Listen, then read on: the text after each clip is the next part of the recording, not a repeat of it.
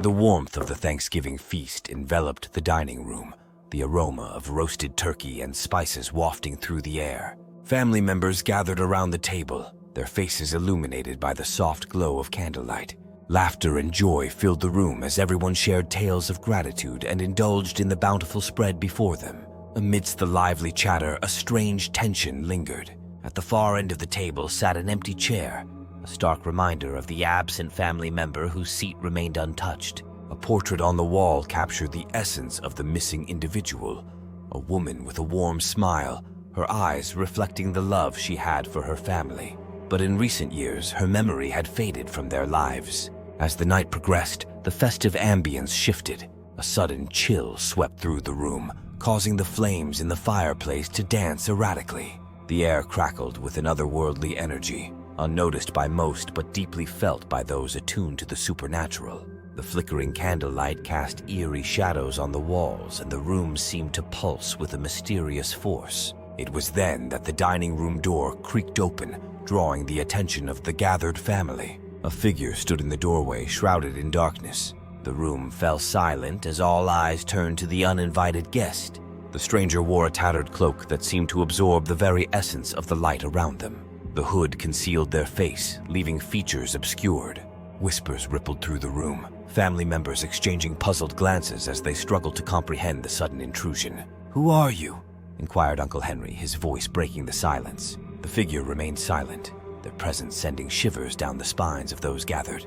It was as if time itself had paused, the air thick with anticipation. The matriarch of the family, Grandma Agnes, rose from her seat, her eyes squinting as she attempted to discern the identity of the mysterious visitor. "Speak, stranger. What brings you here?" she demanded, a mix of curiosity and apprehension in her voice. With deliberate slowness, the hooded figure advanced, the floor creaking beneath their weight. As they neared the table, the air grew colder, and the candles flickered violently. A voice, soft and distant, emanated from the depths of the cloak. "I am the Forgotten," it murmured, each word sending ripples through the room. The family exchanged uneasy glances, unsure of how to respond. The patriarch, Grandpa William, stood up, his aging frame displaying a surprising resilience. "Forgotten? We have not forgotten anyone. State your purpose or leave," he declared, attempting to assert authority in the face of the unknown. The hooded figure paused, their unseen gaze sweeping across the room.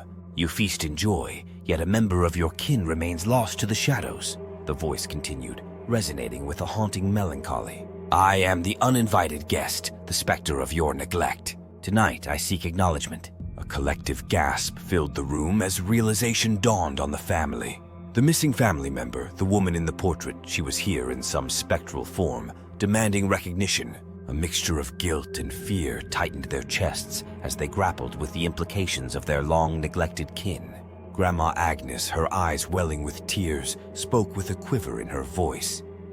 "Emily, is that you?" The hooded figure nodded, the cloak rustling like leaves in the wind. The air thickened with emotion as the family confronted the consequences of their unintentional abandonment. "I died alone, forgotten," Emily's voice echoed, carrying the weight of unspoken pain. "Your celebrations continued without me, my chair left empty." "I am the ghost of your neglect, haunting the joyous moments you denied me." The room fell into an uneasy silence. Each family member grappled with their own memories and regrets, realizing the impact of their oversight. The uninvited guest, now revealed as Emily's lingering spirit, stood before them, a testament to the repercussions of neglecting those who had once been integral to their lives. As the minutes passed like hours, the family collectively acknowledged their failure to honor Emily's memory. In a solemn gesture, they invited her to the table, placing a plate and utensils at her long empty seat. The air gradually warmed as if accepting the family's belated efforts to make amends. Throughout the remainder of the Thanksgiving night, Emily's presence was palpable. The family shared stories of her, laughter blending with tears as they embraced the memory they had inadvertently pushed aside. The uninvited guest became an unexpected catalyst for healing, a spectral reminder that gratitude extended beyond the living. As the first light of dawn broke, Emily's apparition faded, leaving behind a sense of closure. The family, forever changed by the spectral visitation, vowed never to forget those who had been lost, both in life and in memory. The Thanksgiving table, once marred by an empty chair, now bore the weight of shared stories, regrets, and the enduring lesson that gratitude should extend to those present and absent alike. The autumn wind whispered secrets as I cleared the neglected backyard of my ancestral home. Amidst the overgrown weeds and tangled vines, I uncovered a long-forgotten patch of land.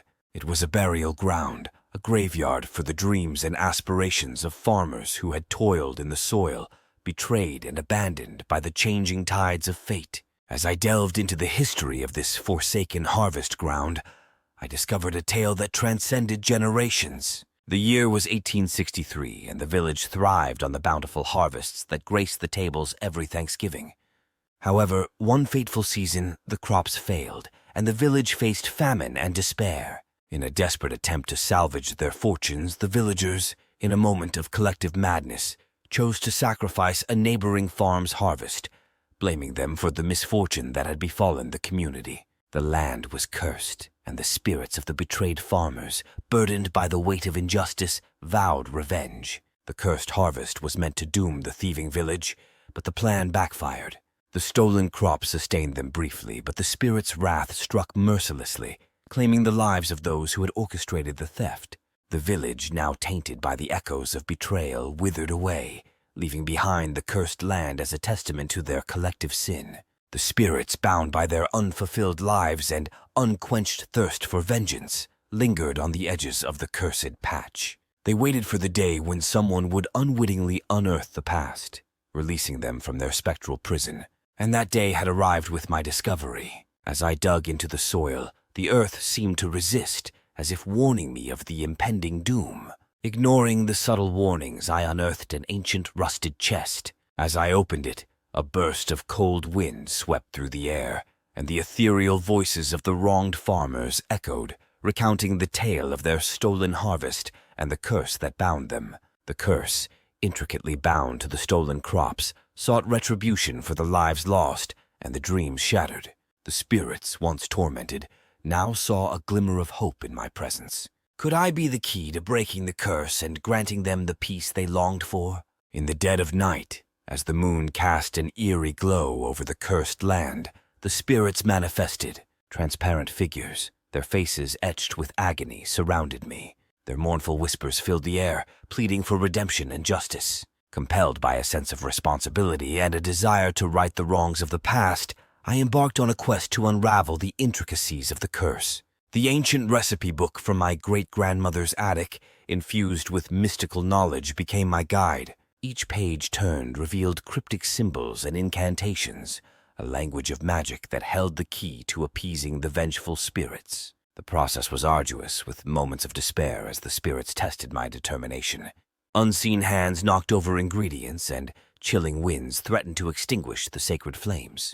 Yet, driven by a mixture of fear and determination, I pressed on. As the ritual unfolded on the night before Thanksgiving, the air crackled with energy. The spirits, caught between the realms of the living and the dead, wavered in anticipation. The stolen harvest, symbolizing the sins of the past, transformed before my eyes. The crops, once cursed, now radiated a soft, ethereal glow.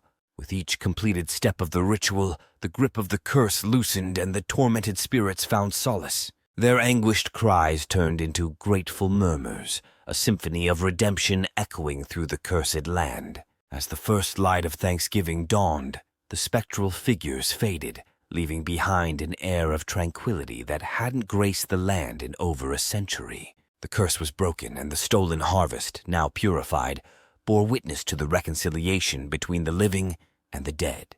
The once neglected backyard, now free from the shadows of the past, flourished with life. Vibrant flowers bloomed, and a sense of renewal filled the air. The village, long forgotten and abandoned, seemed to come alive with the spirits finally at rest. That Thanksgiving, as I sat down to share a meal with my family, I couldn't help but reflect on the interconnectedness of past and present. The harvest curse, once a looming specter, had transformed into a tale of redemption, a reminder that acknowledging the sins of the past could pave the way for a brighter future. And so, Amidst the warmth of familial bonds and the aroma of a feast prepared with newfound gratitude, I gave thanks not only for the present, but also for the forgotten spirits who, in their own way, had become a part of our Thanksgiving legacy. We hope you enjoyed those spine-tingling tales as much as we did. If you're still feeling a little spooked, don't worry, you're not alone. But before we say goodbye, we have a few things to ask of you. Don't forget to hit that thumbs up button if you found these stories as chilling as we did. It really helps our channel. Subscribe and turn on notifications if you haven't already. There are plenty more eerie adventures waiting for you right here, so you don't want to miss out. Share this video with your friends and fellow thrill seekers. After all, spooky stories are best enjoyed with company, right? That's a wrap for today, but stay tuned for more bone-chilling content in the future. Until next time, remember to keep your flashlight handy, your wits about you, and always be ready for the unexpected. Thanks for joining us on this haunting journey. Take care and may your nights be eerily entertaining. See you in the next video.